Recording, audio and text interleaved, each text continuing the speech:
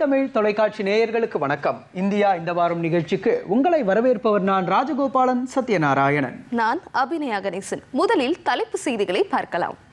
சோமநாதரிடமிருந்து வெளிப்படும் ஆற்றல், நம்பிக்கை, தைரியம், சுயமரியாதையை தொடர்ந்து ஒளிரச் செய்கிறது.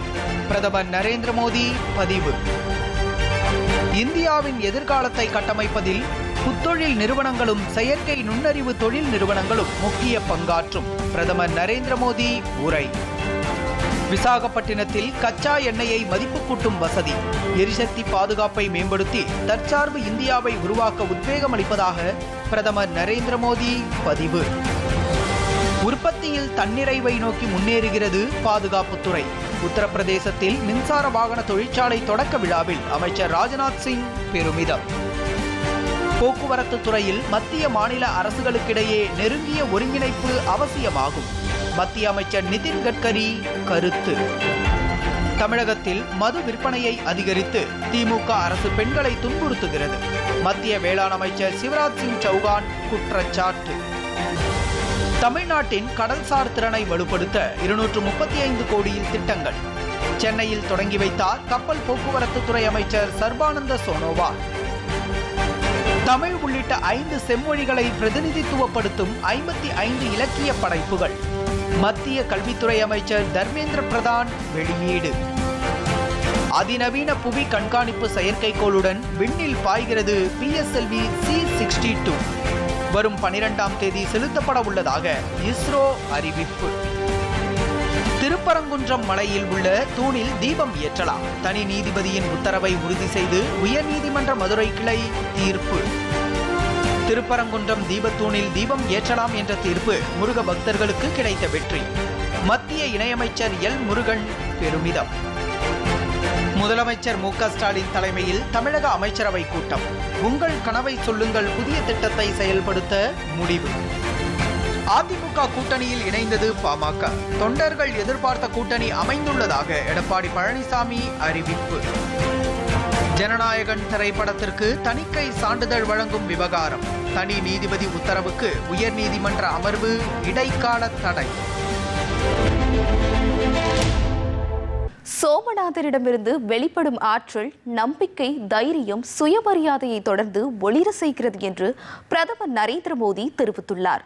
இதுகுறித்து அவர் வெளியிட்டுள்ள சமூக ஊடக பதிவில், தேசத்தின் கூட்டு மனசாட்சியை தட்டி எழுப்பும் சோமநாதர் ஆலயத்தின் காலத்தால் அழியாத பங்கை குறிப்பிட்டுள்ளார். சோமநாதர் ஆலயம் பல நூற்றாண்டுகளாக தனது தெய்வீக ஆற்றலால் தலைமுறைகளை ஊக்குவித்து வருவதாக பிரதமர் குறிப்பிட்டார். சோமநாதரிடமிருந்து வெளிப்படும் ஆற்றல், நம்பிக்கை, தைரியம் மற்றும் சுயமரியாதை ஆகிய பாதையை தொடர்ந்து ஒளிரச் செய்கிறது என்றும், ஒவ்வொரு காலகட்டத்திலும் இந்திய மக்களுக்கு வழிகாட்டும் ஒளியாக திகழ்கிறது என்றும் பிரதமர் நரேந்திர மோடி குறிப்பிட்டார். இந்தியாவின் எதிர்காலத்தை கட்டமைப்பதில் புத்தொழில் நிறுவனங்களும் செயற்கை நுண்ணறிவு தொழில் நிறுவனங்களும் முக்கிய பங்காற்றும் என்று பிரதமர் நரேந்திர மோடி தெரிவித்துள்ளார். புதுதில்லியில் உள்ள தமது இல்லத்தில் நடைபெற்ற செயற்கை நுண்ணறிவு புத்தொழில் நிறுவனங்களில் வட்ட மேஜை கூட்டத்திற்கு பிரதமர் தலைமை தாங்கினார். அடுத்த மாதம் நடைபெறவுள்ள இந்தியா செயற்கை நுண்ணறிவு தாக்க உச்சி மாநாட்டில் பங்கேற்க தேர்ந்தெடுக்கப்பட்டுள்ள 12 புத்தொழில் நிறுவனங்களின் பிரதிநிதிகள் இந்த கூட்டத்தில் கலந்து கொண்டனர். கூட்டத்தில் தங்களது சிந்தனைகள் மற்றும் பணிகள் குறித்து பிரதிநிதிகள் விளக்கினார்கள். கூட்டத்தில் பேசிய பிரதமர், சமுதாயத்தில் மாற்றத்தை கொண்டு வருவதில் செயற்கை நுண்ணறிவின் முக்கியத்துவத்தை வலியுறுத்தினார். அடுத்த மாதம் உச்சி மாநாட்டை நடத்துவதன் மூலம் இந்தியா இந்த தொழில்நுட்பத்தில் முக்கிய பங்காற்றும் என்று தெரிவித்தார். 2025-26 நிதியாண்டுக்கான நாட்டின் GDP 7.4% உயர்ந்துள்ளதாக மத்திய புள்ளியியல் மற்றும் திட்ட அமலாக்கத்துறை தெரிவித்துள்ளது. இது தொடர்பாக வெளியிடப்பட்டுள்ள அறிக்கையில், கடந்த ஆண்டில் இதே காலகட்டத்தில் 6.5% அளவிற்கு GDP இருந்ததாக குறிப்பிடப்பட்டுள்ளது. தற்போது 1% உயர்ந்து 7.4% அளவுக்கு GDP அதிகரித்துள்ளது. வணிகம், நட்சத்திர விடுதிகள், போக்குவரத்து, தொலைத்தொடர்பு மற்றும் சேவை உள்ளிட்ட துறைகளில் வளர்ச்சி 7.5% அளவுக்கு இருப்பதாகவும் தெரிவிக்கப்பட்டுள்ளது. உற்பத்தி மற்றும் கட்டுமான துறைகளிலும் வளர்ச்சி 7% அளவுக்கு இருப்பதாகவும் அந்த அறிக்கையில் கூறப்பட்டுள்ளது. விசாகப்பட்டினத்தில் கச்சா எண்ணெய் மதிப்பு கூட்டும் வசதி ஏற்படுத்தப்பட்டுள்ளது.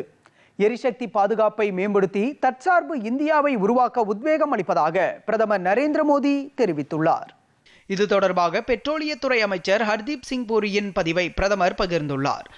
விசாகப்பட்டினம் சுத்திகரிப்பு நிலையத்தில் HPCLின் மேம்பாட்டு வசதி வெற்றிகரமாக செயல்பாட்டிற்கு வந்ததன் மூலம் எரிசக்தி பாதுகாப்பை அடைவதற்கான இந்தியாவின் பயணம் ஒரு மைல்கல்லை எட்டியுள்ளதாக மத்திய அமைச்சர் ஹர்தீப் சிங் பூரி பதிவிட்டார்.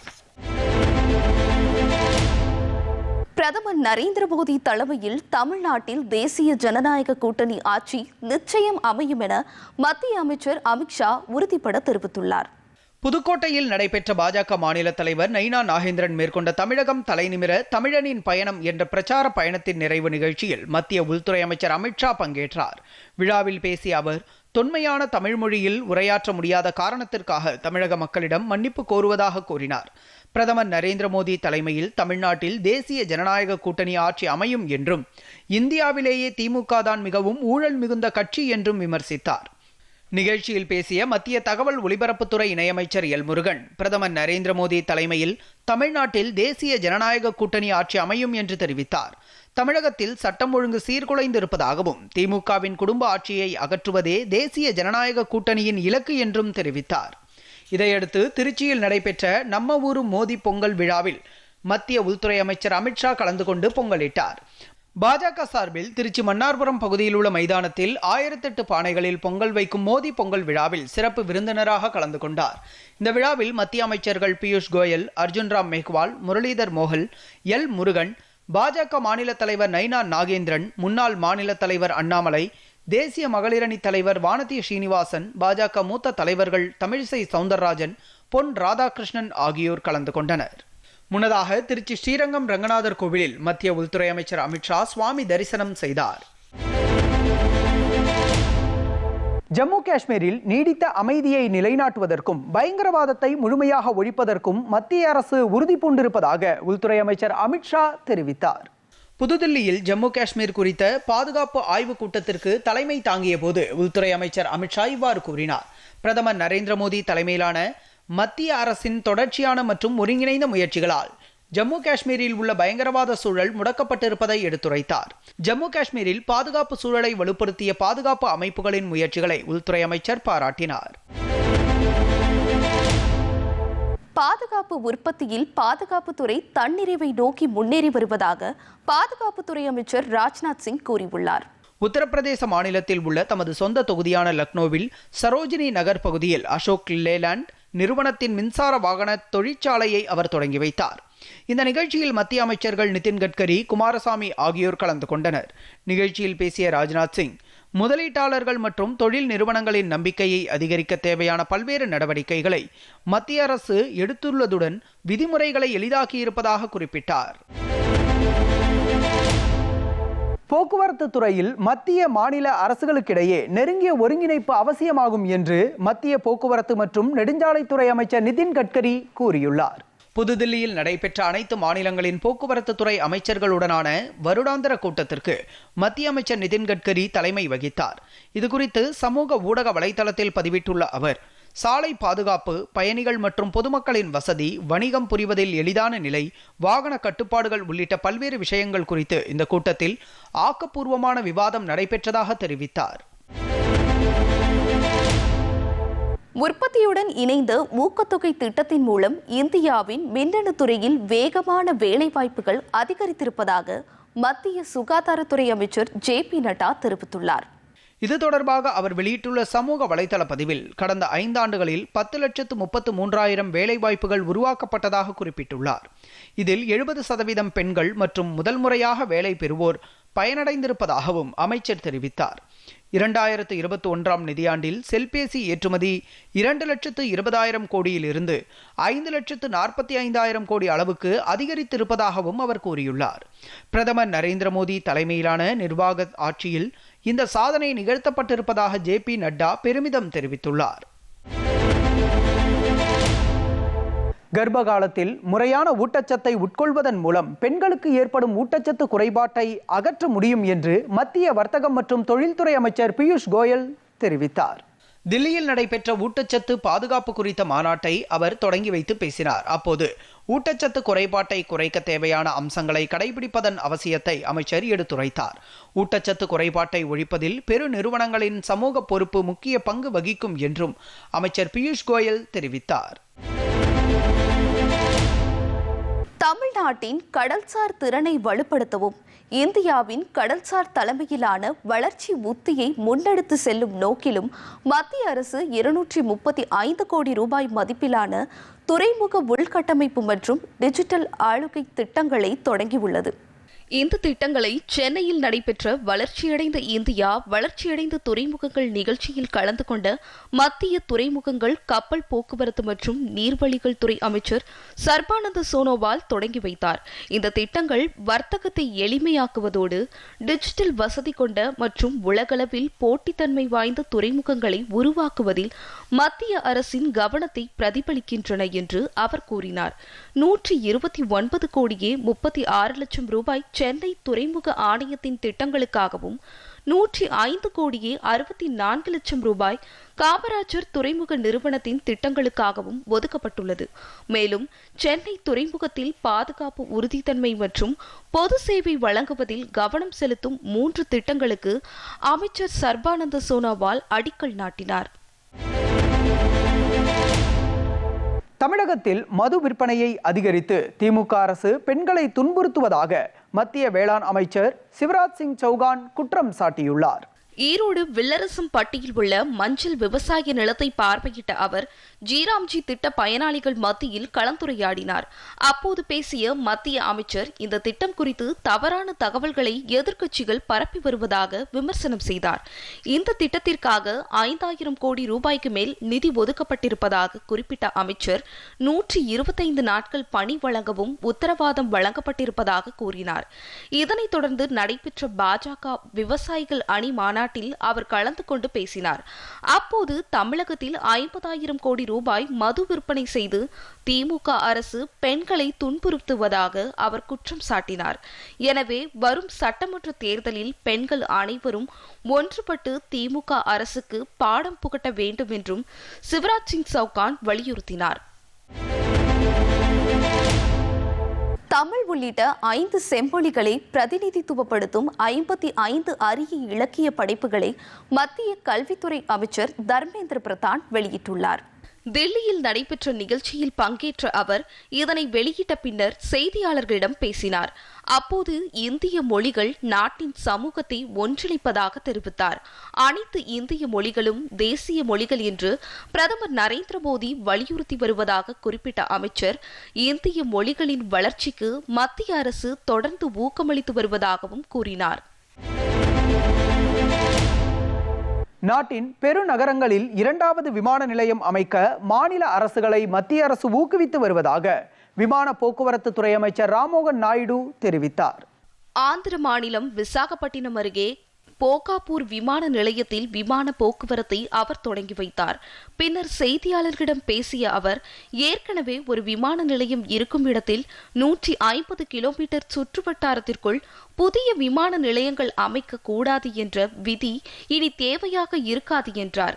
ஏனெனில் விமான போக்குவரத்து வேகமாக அதிகரித்து வருவதாகவும் இப்போதுள்ள விமான நிலையங்களை வைத்து அதனை தொடர்ந்து சமாளிப்பது எளிதாக இருக்காது என்றும் அவர் கூறியுள்ளார். எனவே இந்தியாவில் உள்ள பெரு நகரங்களில் 2வது விமான நிலையம் அமைக்க மாநில அரசுகளை மத்திய அரசே ஊக்குவித்து வருவதாகவும் அமைச்சர் ராம்மோகன் நாயுடு கூறியுள்ளார். செயற்கை நுண்ணறிவு தொழில்நுட்பத்தின் தாக்கம் குறித்த சர்வதேச மாநாடு அடுத்த மாதம் இந்தியாவில் நடத்தப்படும் என்று மத்திய தகவல் தொழில்நுட்பத்துறை அமைச்சர் அஸ்வினி வைஷ்ணவ் தெரிவித்துள்ளார். இது தொடர்பாக ராஜஸ்தானில் நடைபெற்ற மாநாட்டில் பங்கேற்று பேசிய அவர் இங்கிலாந்து, தென்கொரியா, பிரான்ஸ் உள்ளிட்ட நாடுகளில் சர்வதேச மாநாடு நடைபெற்றதாக கூறினார். தற்போது இந்தியாவில் செயற்கை நுண்ணறிவு தொழில்நுட்பத்தின் தாக்கம் குறித்த மாநாடு நடைபெறுவது சிறப்பம்சம் என்றும் அமைச்சர் தெரிவித்தார். இந்த மாநாட்டில் சர்வதேச நாடுகளின் தொழில்நுட்ப வல்லுநர்கள் கலந்து கொள்வார்கள் என்றும் அவர் கூறினார். மார்வெல் டெக்னாலஜி நிறுவனம் 2 நானோமீட்டர் அளவிலான அதிநவீன சிப்களை வடிவமைப்பதன் மூலம் இந்தியாவில் தனது இருப்பை விரிவுபடுத்த இருப்பதாக தகவல் தொழில்நுட்பத்துறை அமைச்சர் அஸ்வினி வைஷ்ணவ் தெரிவித்தார். மார்வல் டெக்னாலஜி நிறுவனம் என்பது தரவு உள்கட்டமைப்புக்காக சிப்களை வடிவமைக்கும் ஒரு முன்னணி செமிகண்டக்டர் நிறுவனமாகும். இது செயற்கை நுண்ணறிவு, கிளவுட் தரவு மையங்கள், நிறுவன நெட்வொர்க்கிங் மற்றும் வாகன துறைகளுக்கு தேவையான தொழில்நுட்பத்தை வழங்குகிறது. இந்நிலையில் இந்நிறுவனம் இந்திய சிப் வடிவமைப்பு ஸ்டார்ட் அப் நிறுவனங்கள் மற்றும் பல்கலைக்கழகங்களுடன் இணைந்துள்ளதாக மத்திய அமைச்சர் அஸ்வினி வைஷ்ணவ் கூறியுள்ளார்.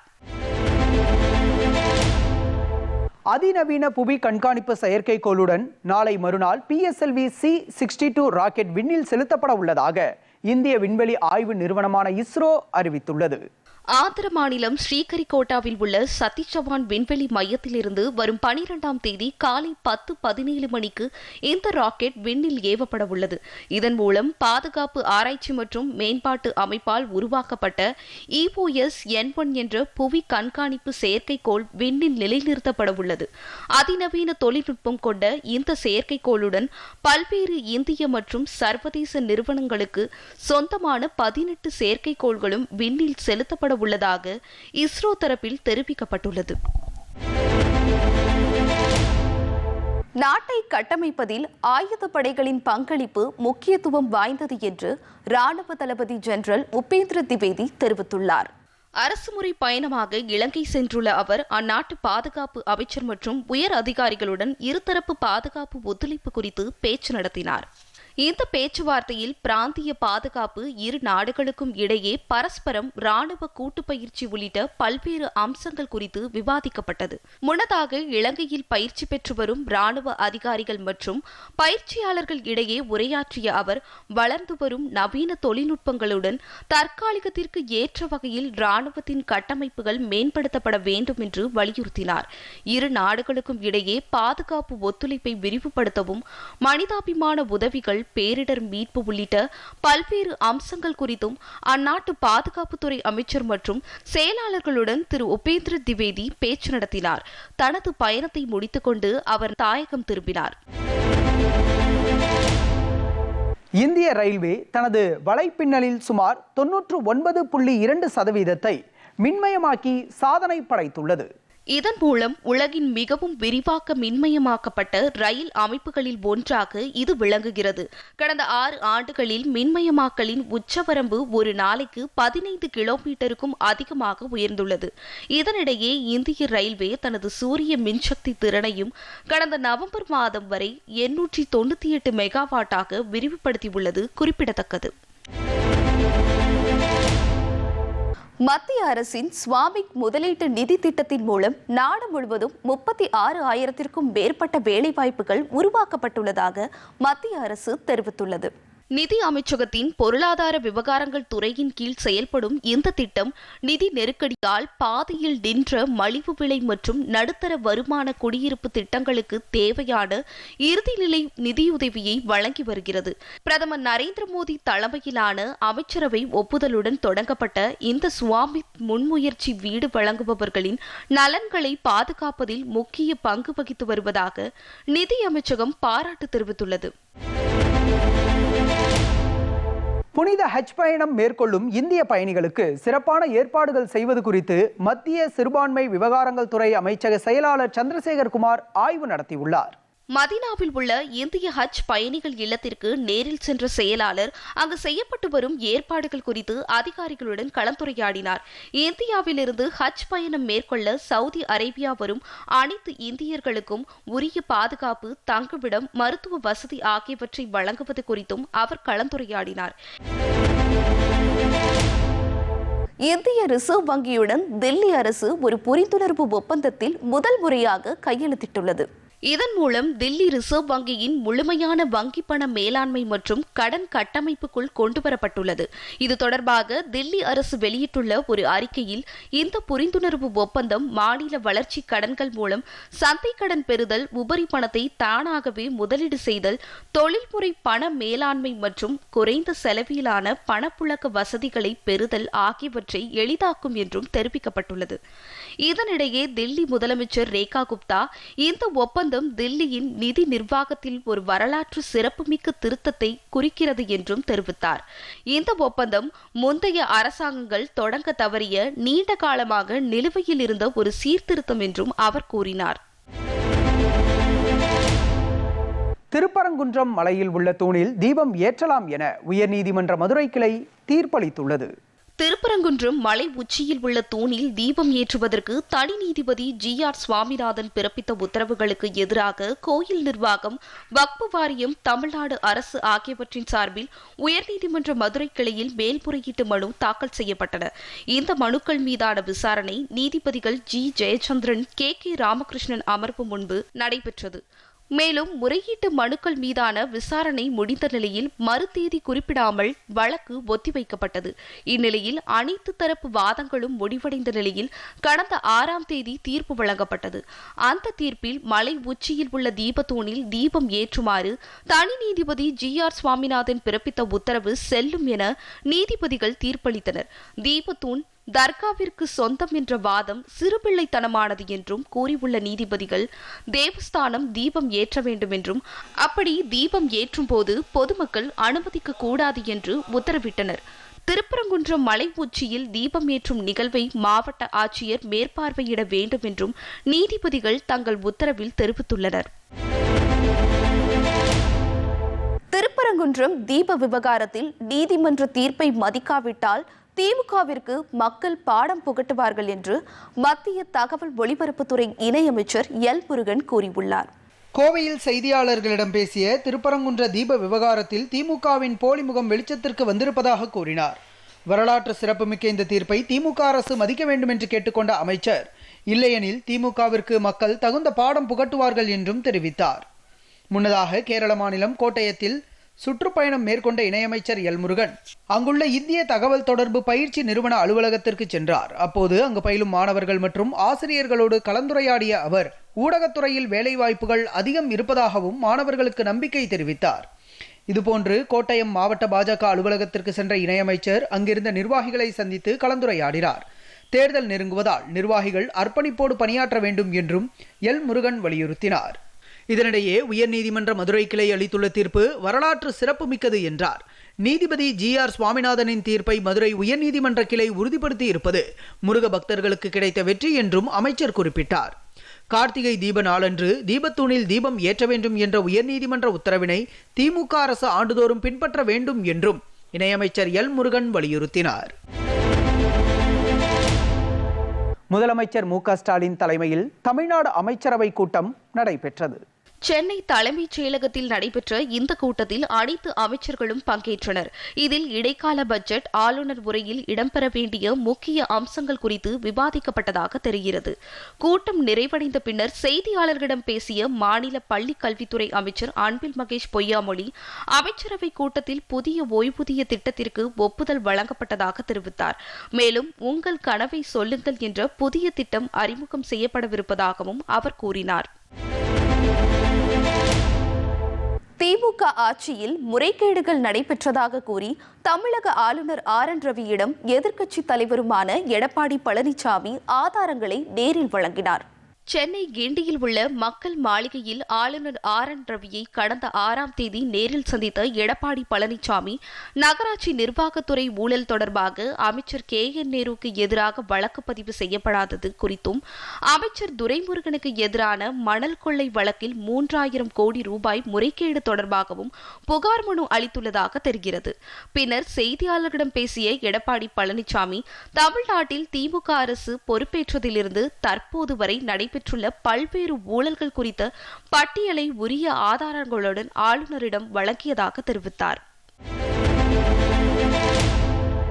அதிமுக தலைமையிலான தேசிய ஜனநாயக கூட்டணியில் பாமக இணைந்திருப்பதாக அதிமுக பொதுச் செயலாளர் எடப்பாடி பழனிசாமி, பாமக தலைவர் அன்புமணி இருவரும் கூட்டாக அறிவித்தனர்.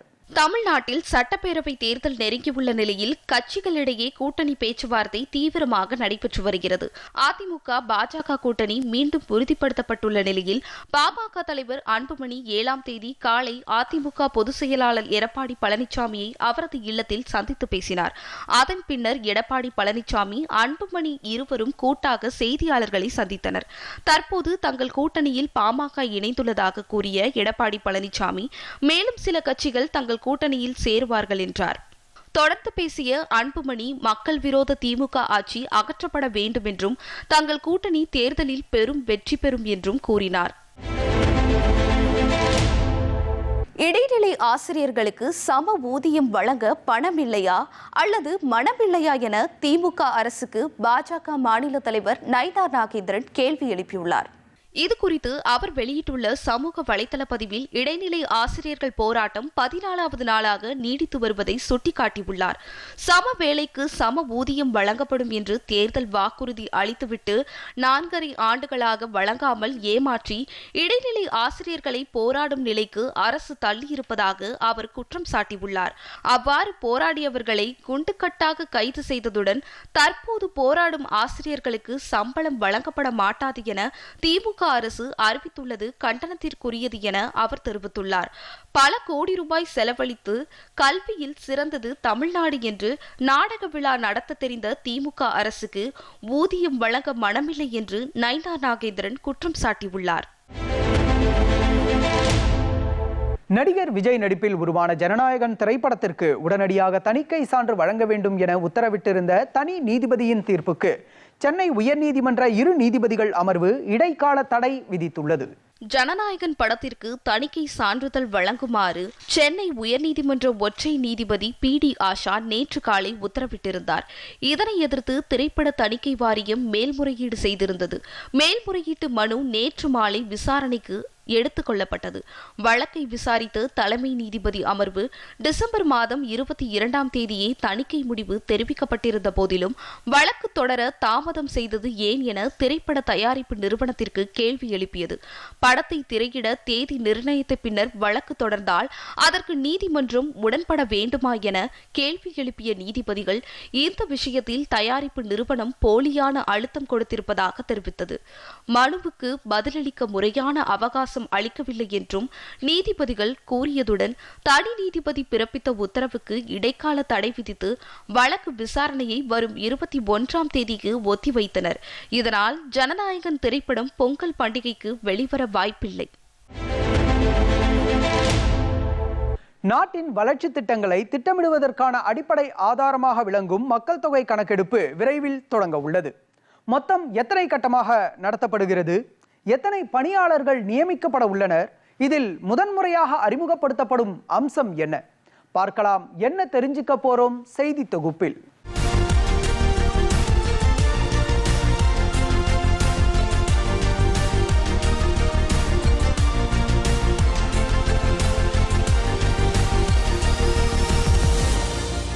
நாடு முழுவதும் அனைத்து மாநிலங்கள் மற்றும் யூனியன் பிரதேசங்களில் கணக்கெடுப்பு பணிகள் நடைபெறும் என்று மத்திய அரசு தெரிவித்துள்ளது. 2 கட்டமாக இந்த கணக்கெடுப்பு பணி நடைபெறும் என்று அறிவிக்கப்பட்டிருக்கிறது. முதற்கட்டமாக வரும் ஏப்ரல் 1ஆம் தேதி முதல் செப்டம்பர் 30ஆம் தேதி வரை அனைத்து மாநிலங்கள் மற்றும் யூனியன் பிரதேசங்களிலும் குறிப்பிடப்பட்ட 30 நாட்கள் காலப்பகுதியில் வீடுகளை பட்டியலிடும் பணிகள் நடத்தப்படும். ஒவ்வொரு மாநிலம் மற்றும் யூனியன் பிரதேசத்தால் அறிவிக்கப்பட்ட அட்டவணைப்படி வீடு வீடாக சென்று பட்டியலிடும் பணி தொடங்குவதற்கு 15 நாட்களுக்கு முன்னதாக சுயமாக தகவல்களை பதிவு செய்வதற்கான விண்ணப்பங்கள் வழங்கப்படும் என்று உள்துறை அமைச்சகம் வெளியிட்ட அறிவிப்பில் தெரிவிக்கப்பட்டுள்ளது. 2ஆம் கட்டமாக மக்கள் தொகை கணக்கெடுப்பு பணி அடுத்த ஆண்டு பிப்ரவரி மாதத்தில் நடைபெறும் என்று தெரிவிக்கப்பட்டுள்ளது. நாட்டின் முதன்முறையாக டிஜிட்டல் அடிப்படையில் மக்கள் தொகை கணக்கெடுப்பு பணி நடத்தப்பட உள்ளது குறிப்பிடத்தக்கது. மொபைல் செயலிகள் வாயிலாக தரவுகள் சேகரிக்கப்படும் என்றும் அந்த அறிக்கை கூறுகிறது. மக்கள் தொகை கணக்கெடுப்பு பணிகளில் தரவு சேகரிப்பு, கண்காணிப்பு மற்றும் மேற்பார்வை, கணக்கெடுப்பாளர்கள், மேற்பார்வையாளர்கள், முதன்மை பயிற்சியாளர்கள், பொறுப்பு அதிகாரிகள் மற்றும் முதன்மை மாவட்ட மக்கள் தொகை கணக்கெடுப்பு அதிகாரிகள் உட்பட சுமார் 30 லட்சம் களப்பணியாளர்கள் பணியமர்த்தப்பட உள்ளனர். முன்னதாக கடந்த மாதம் 12ஆம் தேதி பிரதமர் நரேந்திர மோடி தலைமையில் நடைபெற்ற மத்திய அமைச்சரவை கூட்டத்தில் 2027 மக்கள் தொகை கணக்கெடுப்பை நடத்துவதற்கான திட்டத்திற்கு 11,718 கோடி ரூபாய் செலவில் ஒப்புதல் அளிக்கப்பட்டது குறிப்பிடத்தக்கது. இத்துடன் நிறைவடைந்தது இந்தியா இந்த வாரம் நிகழ்ச்சி. மற்றொரு நிகழ்ச்சியில் சந்திக்கலாம். வணக்கம்.